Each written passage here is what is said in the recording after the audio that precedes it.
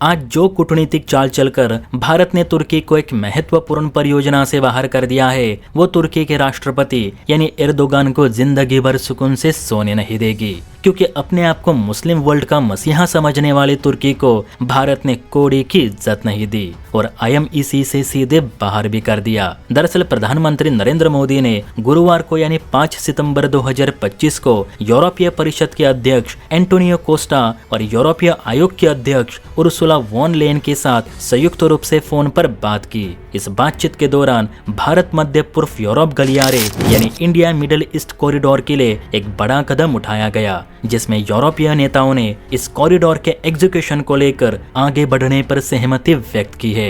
ये गलियारा भारत के सामरिक हितों के लिए बहुत महत्वपूर्ण माना जा रहा है और वर्ल्ड कनेक्टिविटी क्षेत्र के रूप में नई दिल्ली की वैश्विक स्थिति अब और भी बेहतर होगी। लेकिन इस कॉरिडोर को लेकर तुर्की मात्र परेशान है। इवन तुर्की के राष्ट्रपति तो इसकी खुलेआम आलोचना भी कर चुके हैं। अब तुर्की इंडिया मिडिल ईस्ट कॉरिडोर से परेशान क्यों है, चलिए इसे भी समझ लेते हैं। देखिए, सितंबर 2023 में नई दिल्ली में आयोजित G20 शिखर सम्मेलन के दौरान एक घोषणा ने पूरी दुनिया का ध्यान खींचा था। यह घोषणा भारत मध्य पूर्व यूरोप आर्थिक गलियारे के निर्माण के प्रस्ताव की थी।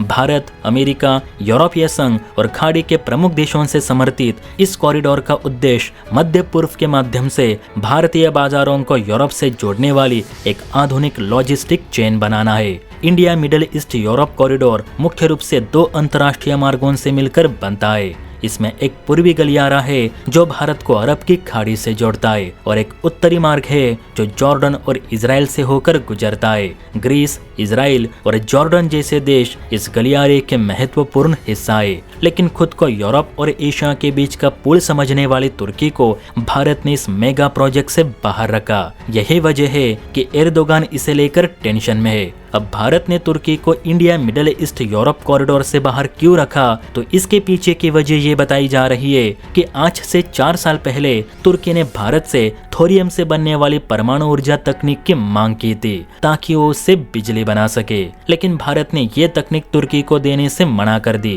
क्योंकि भारत को डर था कि इस तकनीक का इस्तेमाल कर तुर्की कहीं परमाणु हथियार न बना दे, क्योंकि थोरियम को अगर उच्च तापमान पे गर्म करे तो उससे कुछ ऐसे तत्व बाहर आते हैं जिसे परमाणु हथियारों के निर्माण में इस्तेमाल किए जा सकते। तुर्की के पास फिलहाल अपना कोई भी परमाणु हथियार नहीं। तुर्की नाटो का सदस्य है, इसलिए तुर्की में अमेरिका के परमाणु हथियार तैनात है, पर उनका कंट्रोल अमेरिका के पास है। इसलिए तुर्की ऐसे नहीं तो वैसे परमाणु हथियार बनाने की कोशिशें करता रहता है। अब भारत ने थोरियम तकनीक तुर्की को ना दी, इसलिए तुर्की और भारत में दरार पैदा हुई। प्लस तुर्की पाकिस्तानी प्रेमी है, कश्मीर मुद्दे को लेकर भारत की आलोचना भी करता है। भारत के मित्र देशों जैसे कि इजराइल, अर्मीनिया, ग्रीस और फ्रांस जैसे देशों का विरोध भी करता है और India middle east Europe corridor इन्हीं देशों से होकर गुजरता है। यही कारण है कि तुर्की का पश्चिमी देशों के साथ अविश्वास भरा रिश्ता और उनके अलग अलग भू राजनीतिक हितों को देख तुर्की को IMEC से बाहर रखा गया। एर्दोगान का कहना है कि तुर्की एशिया और यूरोप के बीच एक प्राकृतिक पुल है। हमारे पास रेल और बंदरगाह का बुनियादी ढांचा मौजूद है। तुर्की ना होता तो यूरोप के देश एशिया में अपना सामान भी बेच ना पाते। ऐसे में तुर्की को नजरअंदाज करने से यूरोप की ही रसद संबंधी अक्षमताएं पैदा हो सकती है। वैसे तुर्की को असल समस्या इस गलियारे के जरिए भारत को होने वाले लाभ से है, क्योंकि ये कॉरिडोर भारत के मुंबई से शुरू होकर मध्य पूर्व के संयुक्त अरब अमीरात और सऊदी अरब के बंदरगाहों तक पहुंचता है और फिर वहां से जॉर्डन और इजराइल से होते हुए यूरोप के ग्रीस, इटली और फ्रांस के बंदरगाहों पर जाकर समाप्त होता है। यह एक मल्टी मॉडल कॉरिडोर है जिसमें समुद्री मार्ग और रेल नेटवर्क का मिश्रण शामिल है। इस कॉरिडोर के जरिए भारत के कपड़ा, दवा और ऑटोमोबाइल जैसे कई क्षेत्रों को बहुत लाभ होगा, क्योंकि IMEC की पहुंच $50 ट्रिलियन की संयुक्त GDP वाली अर्थव्यवस्था तक फैली है। यही कारण है कि तुर्की इसमें शामिल होने के लिए तड़प रहा है। तो आप बताइए, क्या भारत ने तुर्की को India middle east Europe corridor से बाहर रखकर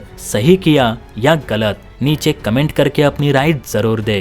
और हाँ, वीडियो अच्छी लगी हो तो बेल आइकन प्रेस करके चैनल को लाइक एंड सब्सक्राइब जरूर करें। जय हिंद।